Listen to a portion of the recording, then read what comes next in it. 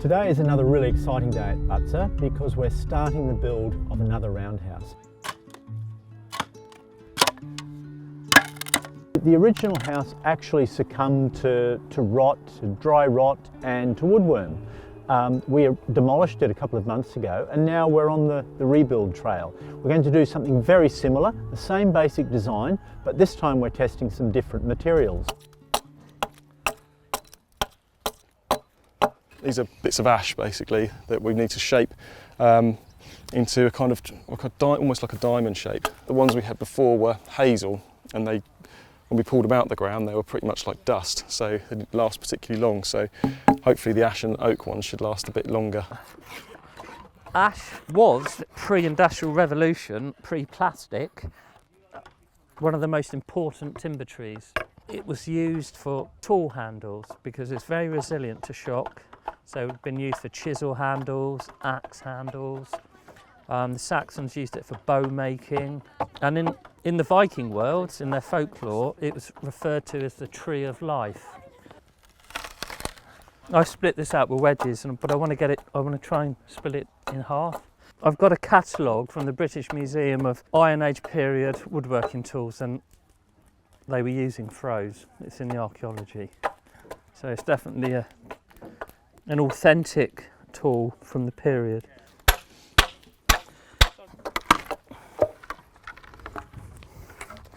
There it is. We got 2 out of 1. All we need to do now is dress them down with an axe and draw knife so they're like a diamond, a rhomboid shape in section. That allows for a nice easy weave when we actually install them. So yeah, need to do that, get them all pointed and then get them in the ground.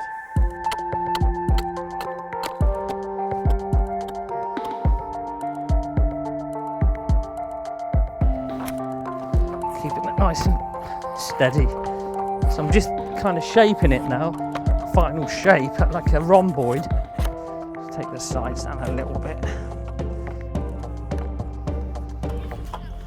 Alright guys, got the report, the excavation report here, and we're just having a quick look because I see we've marked it already. Yeah. Perfect circle, and about 16 foot by the looks of things. Yeah. So not far off, it's just that looking at the report, it wasn't a perfect circle. It was 14 to 16. So what we got, 14 foot north to south, about 16 foot east to west. Yeah, that's not a problem. We've got Vivian, she's really good at marking out. Yeah, it'd be good to keep to it. If we can try and keep it a little away from the other Danebury roundhouse, because time we put those eaves out, it's going to be very close to that roundhouse. So you want it shifted across anyway? Tiny bit, yeah. Tiny bit is 6 inches? Yeah, I'll say 6 inches. Yeah, right. Yeah, it'd be good. Okay. Nice one. All right, cheers, Vivian. Thank you. Yeah. Right. This is a small roundhouse that we call M59, and the original archaeology for that was found right at the end of the 19th and the very earliest 20th century near Glastonbury. And it was excavated by a guy called Arthur Bullard. He found a series of almost around 90 mounds there, and these mounds had been built up by putting down rush and timber and earth into a very wet area to build these small humps, these platforms on which buildings could be built.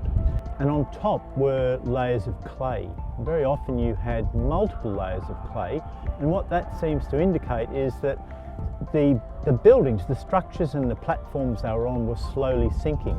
So they had to keep building up new floor levels. So the lifespan of that settlement involved kind of constant maintenance to keep their heads above water, fairly literally.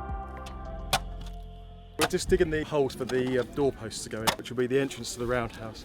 To dig about, I think it's 28 inches down, but it's quite a lot of flint and chalk in the ground, which makes it quite hard work. But when the posts are in, what we'll do is we'll put the earth back in and tamp it, so we just pack it down as hard as we can around the bottom of the oak, and it should kind of set it really hard, almost like concrete. So yeah, that's why we need to dig down nice and far, but it's not much fun. It's quite hard work. The posts are secured in the ground with flint, chalk and soil, so it's compacted. Can you see it's twisted? So these are the little things you've got to keep an eye on. As it's being tamped in, the post is twisted, so it's not in line. Yeah, I'll let my slaves do it. Oh, you can do that.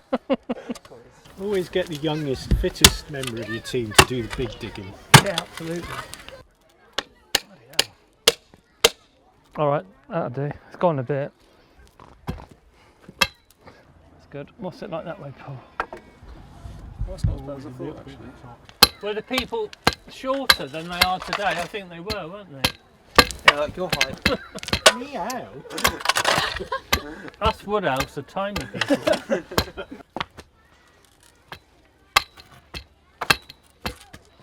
If you could get some more flints. We don't want any more saw yet, it's just flints for now. Right then team, let's start putting staves in.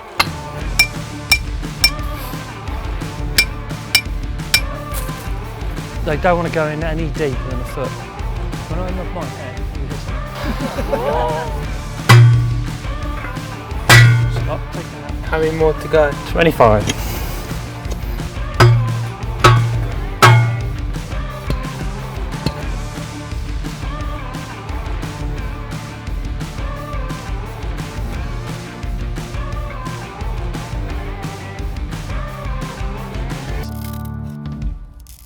Right then Paul, let me show you how to do the weave.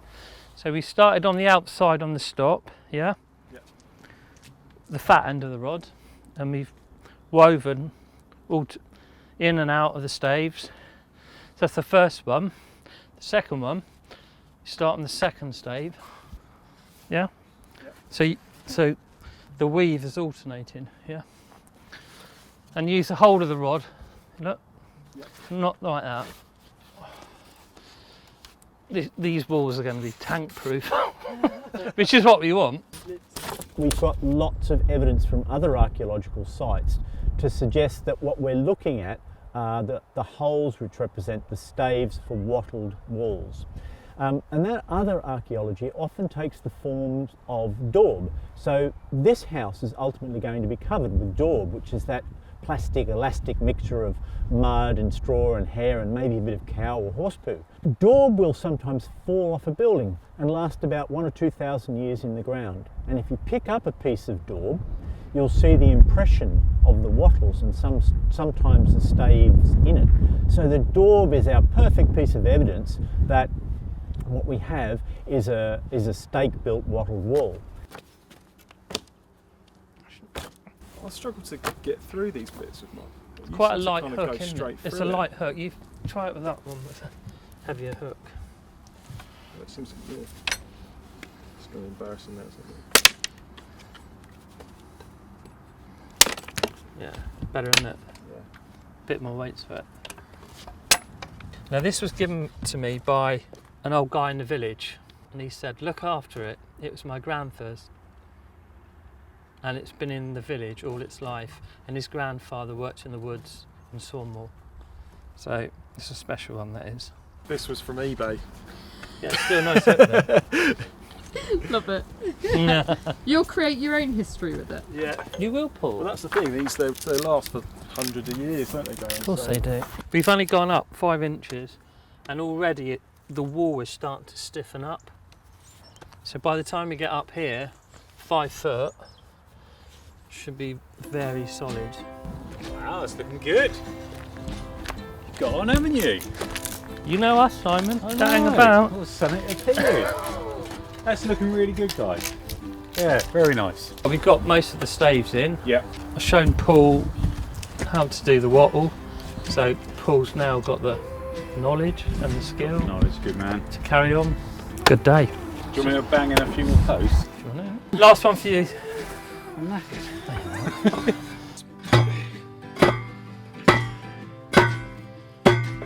You're probably deep enough now, Si. Ah, Deep enough. deep enough? Yeah. Done. It's a good day's work. Nice one, guys. Yeah, it's nice. Right, I'm knackered. I'm going back to the office.